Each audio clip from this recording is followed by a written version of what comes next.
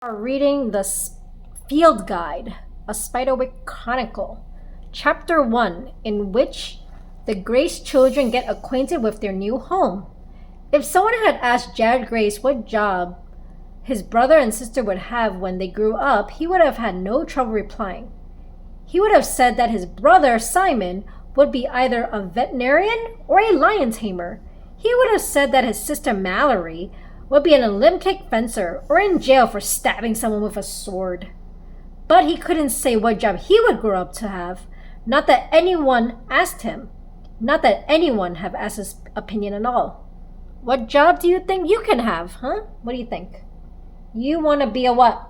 Architecture. An architecture, yeah! So this is Jared Grace. The new house, for instance, Jared Grace looked up at it and squinted. Maybe it will look better blurry. It's a shack, Mallory said, getting out of the station wagon. It wasn't really, though. It was more like a dozen shacks had been piled on top of one another. There were several chimneys, and the whole thing was topped off by a strip of iron fence sitting on the roof like a particularly garish hat. It's not so bad, their mother said, with a smile. That looked only slightly forced. It's Victorian! Simon, Jared's identical twin, didn't look upset. He was probably thinking of all animals he could have now. Actually, considering what he'd pack into their tiny bedroom in New York, Jared figured it would take a lot of rabbits and hedgehogs and whatever else was out here to satisfy Simon. Come on, Jared, Simon called. Jared realized that they had crossed to the front steps and he was alone on the lawn, staring at the house. The doors were faded gray, worn with age. The only traces of paint were an indeterminate cream, stuck deep in crevices and around the hinges. A rusted ram's head door knocker hung from a single heavy nail at its center. Their mother fit a jagged key into the lock, turned it, and shoved it hard with her shoulder. That looks like a really scary doorknob. The door opened into a dim hallway. The only window was halfway up the stairs, and its stained glass panes gave the walls an eerie reddish glow. It's just like I remember, she said, smiling. Only crappier, said Mallory. Their mother sighed, but didn't otherwise respond. The hallway led into a dining room. A long table with faded water spots was the only piece of furniture. The plaster ceiling was cracked in places and chandelier hung from frayed wires. Why don't you three start bringing things from the car? Their mother said. Into here? Jared asked. Yes, into here. Their mother put down her suitcase on the table, ignoring the eruption of dust. If your great aunt Lucinda hadn't let us stay, I don't know where we would have gone. We should be grateful. I like this mom. She's just like me. I asked you guys to do stuff. And it's like pulling teeth going, yeah, of course you're supposed to grab it from the car, right? None of them said anything. Try as he might, Jared didn't feel anything close to grateful. Ever since their dad moved out, everything had gone bad. He messed up at school and had fading bruise all over his left eye, wouldn't let him forget it. But this place was the worst yet. Jared, his mother said as he turned to follow Simon out to unload the car. What? Oh, that sounds like you. His mother waited until the other two were down the hall before she spoke. This is a chance to start over, for all of us, okay? Jared nodded grudgingly.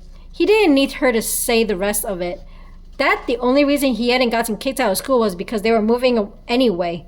Another reason he was supposed to be grateful, only he wasn't. Outside, Mallory had stacked two suitcases on top of the steamer trunk. I heard she's starving herself to death. Aunt Lucinda? She's just old, said Simon. Old and crazy. But Mallory shook her head. I heard Mom on the phone. She was telling Uncle Terrence and Aunt Lucy thinks like little men bring her food. What do you expect? She is in a nut house, Jared said. Mallory went on like she hadn't heard him. She told the doctors the food she got was better than anything they ever taste. You're making that up. Simon crawled into the backseat and opened one of the suitcases. Mallory shrugged. If she dies, this place is going to get inherited by someone and we're going to have to move again. Maybe you can go back to the city, Jared said. Fat chance, said Simon. He took out a wad of tube socks. Oh no! Jeffrey and Lemon Drop chewed their way loose. Mom told you not to bring the mice. Ugh, Mallory said. She said you could have normal animals now. If I let them go, they'd be stuck in a glue trap or something, said Simon, turning a sock inside out, one finger sticking out of a hole. Besides, you brought all your fencing junk. It's not junk, and it's not alive. Shut up! Just because you've got one black eye. Doesn't mean I can't give you another one. Mallory flipped her ponytail as she turned toward him. She shoved the heavy suitcase into his hands.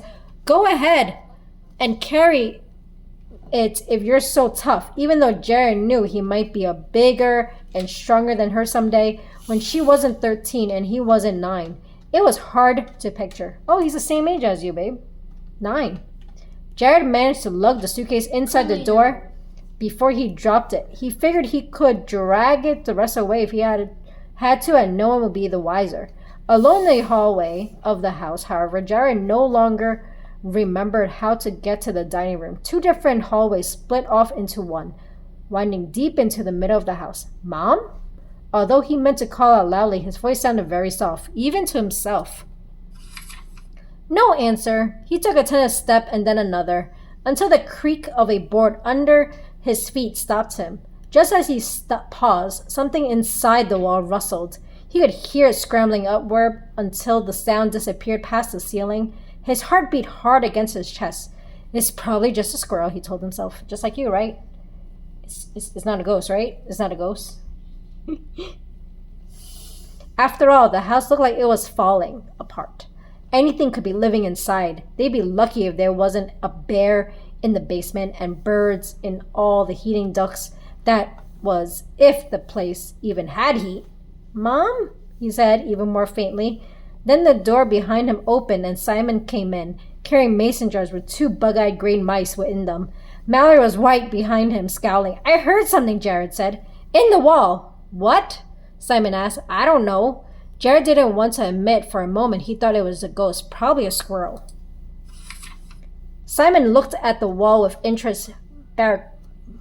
Brocaded gold wallpaper hung limply, peeling and poking in places. You think so? In the house, I always wanted a squirrel.